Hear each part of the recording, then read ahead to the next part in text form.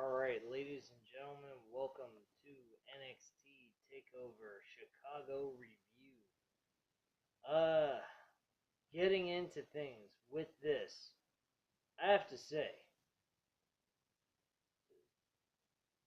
another show impressive. Some really good matches, 5 great matches overall. Uh, Very first match out of the box, Roderick Strong and Eric Young put on a fantastic 13-minute opener match. And I gotta say one thing. Roderick Strong is looking very awesome. He is looking like a guy that is being pushed as a main eventer type of character. I actually really am enjoying watching his development, especially with those documentary videos they did, part 1 and part 2, on the NXT shows leading up to this event. So I was really impressed with this. Uh, this match itself, I mean, Roderick Strong escaped by the skin of his teeth, hitting his finishing maneuver on Eric Young because of, and really the real truth about it is he had to worry about Alexander Wolf and Killian Dane. So with those two other guys on the outside of the ring that are part of Sanity, you knew that he was gonna need to pull off a miracle, and pretty much that's what he did. He pulled off the miracle, got the win, and ran out of there as quickly as he possibly could. This match, I give it a 3 out of 5 stars. It was probably the slowest match on the card, really, but it wasn't bad. It was a decent opener and a really decent match to watch, nonetheless. Pete Dunne versus Tyler Bate for the United Kingdom Championship. I said this before, I'll say it again. This match was the show stealer of the night. It is very competitive, or actually the only other match that can compete even close to this, and this is just my opinion, but the only other match that can compete even close to this is a toss-up between this and the ladder match for the tag team titles, which was a surprising ending to the show, which I'll get into before I end this review. But Pete Dunne and Tyler Bate for the United Kingdom. Tyler Bate was the champion going in. Unfortunately, is no longer the champion. Pete Dunne picked up the victory cleanly, may I add. Playing a villain-type character, he still won cleanly. Fantastic match. I enjoyed this match from beginning to end. I said on the United Kingdom special review that I thought this match, looking at it, it was going to be the match of the night. And quite frankly, it is very damn close between that and the ladder match for the tag titles. And I have to say, this was a fucking awesome match. These two guys put on a hell of a show. Tyler Bate did a fucking Shawn Michaels maneuver off the top rope outside the ring. Uh, Pete Dunne, he hit him. He managed to counter a move, managed to hit his finisher maneuver, and got the 1-2-3. And the crowd reacted loud as hell from beginning to end of this match. Jim Ross, I have to say one thing: the man still can announce, and he might as well take over Michael Cole's job and be the voice of WWE again, because Jim Ross is fucking unbelievable. Nigel McGuinness should be with Michael Cole all the time. He is a great announcer. I enjoy listening to Nigel McGuinness all through this show. He was very technical. He very much was a play-by-play announcer, and was a very good one. He felt like a legit sports announcer. Based on his wrestling capabilities being in the United Kingdom, first off, he also wrestled in TNA for a while, facing Kurt Angle as one of his first opponents, which was actually shocking. He went by Desmond Wolfe. the time, but he was a he was very well. He did a very outstanding job as in the announcer in this show from beginning to end. I enjoy listening to this man do play by play. He is what you call a announcer. And this match proved it, as well as the other matches that he announced throughout the entire show. No complaints from me about Nigel McGuinness. I say he should be a main roster announcer. He would put on a great announcing job, taking over some of these lamos that are on the main roster announcing team at this time. Asuka defeated Ruby Riott and Nikki Cross. I predicted this match to happen. That Asuka walks away still the women's champion in NXT, and I was absolutely correct. This match wasn't all the best. I mean, it was good. It wasn't great like other matches Asuka has had.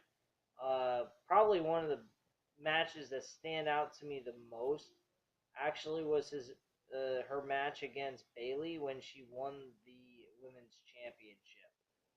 I think that was probably one of the biggest matches she had in her career so far in WWE standards. So quite honestly, this was kind of beneath her. I mean, it wasn't horrible. I'm not gonna say it was hard. None of these matches on this card was horrible at all. I mean, this was an outstanding show. As usual, NXT puts on a great pay-per-view quality show. And, it is what it is. Asuka did walk away with victory. I honestly believe Ember Moon is going to be the one to win the women's championship in NXT again. Away from Asuka at this point because there's really no other women you can think of that should or could beat her for this title. So that's all I can say on that subject. This match itself. Oh yeah, the Pete Dunne Tyler Bate match for the WWE United Kingdom title was a 4.5 out of 5 stars, guaranteed, hands down. Asuka's match for the women's title was a 3 out of 5. It was average at best. It wasn't the greatest, but it wasn't horrible either. It was pretty good. Bobby Roode versus Hideo Itami. This match I also predicted Bobby Roode retained, but Bobby Roode was dealing with an arm injury. He ended up going into the turnbuckle post and started having issues with his shoulder. Hideo Itami continuously attacked that injury and tried to make it his advantage, but to no avail. Bobby Roode hit his finishing maneuver, which is a DDT, which I'm sure he modified the name of that into the Glorious DDT or something like that. I haven't heard it yet. I wasn't paying attention to it. I had some personal things going on that I will not mention on this video, but I said I was going to provide you guys with a review for NXT Takeover, and that is what I'm going to do. But regardless of all that, Bobby Roode and Hideo Itami was pretty good. I give it a 3.5, maybe a 4 out of 5 stars. It was very technical wrestling involved in this event, or actually in just this match alone. So I'm not going to be harsh on it or be like saying it was absolute shit. Because they were just doing what they should do. They're trying to be technical, and they're trying to accomplish a victory and walk away as the NXT World Champion. No harm in that. Very much appreciated, and I thought the match put together was well done. So, as I said before, and I'll say again, 3.5 out of 5 stars. The main event was a ladder match for the NXT Tag Titles. Now, the way they did this was actually interesting to make this as the main event, and there was a good reason for this. It was the ending of the show that really blew everybody's mind. It wasn't the end result, because I do believe I said Authors of Pain will win the tag titles. I do believe I said that. I'm pretty sure I did. I think I said I go with my brain. It should be Authors of Pain. Going with my heart, I'd say DIY. But regardless of all of that, I mean, they did answer my question. To what would they do with DIY if they happen to lose to Author of Pain at this point? Well, DIY did lose to Author of Pain in a very, very well put together match. I give it a 4 out of 5 stars, maybe even 4.5 out of 5 stars. This match was also unreal. People were screaming to the top of the lungs. People were into this match from the beginning to the end. It had its ups, it had its downs. It made you think the whole entire time DIY was walking away with the victory of Johnny Gargano and Thomas Ciampa. Fortunately, that was not the case. Ciampa and Gargano lost this match, and at the end of the match, it was funny how this all ended. Ciampa turned on Johnny Gargano. Now, you say, well, what's the big deal about that? I mean, like, who cares? Maybe it was just coming at this point. They've done everything they could as a tag team. It's time to make them individual tag team partners. Now, that's understandable. But when you have Johnny Gargano in this match set himself up to get whacked in the face to prevent his own friend and partner from getting hit from the ladder, and he turns on his friend Johnny Gargano for no fucking reason whatsoever, just because they lost the match. It makes you scratch your head going, why really? And to be honest with you, it's actually a smart thing because it makes you want to watch the next episode of NXT. Makes you go, well, I guess I better watch NXT's next episode so I can find out why the hell this just happened. Because to me, this was fucking crazy.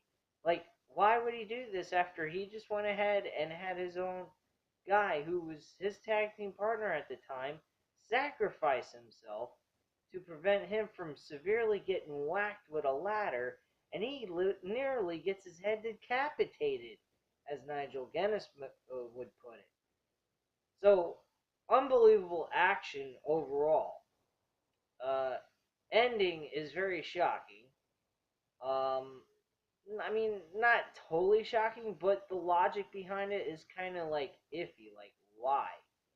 So, you're leaving the question open for people to want to tune in and find out what Ciampa has to say. Very smart move by WWE's part, the NXT writers, of course. And I honestly felt it was kind of weird. But as I'm talking about this with you guys, it makes sense why they did it this way.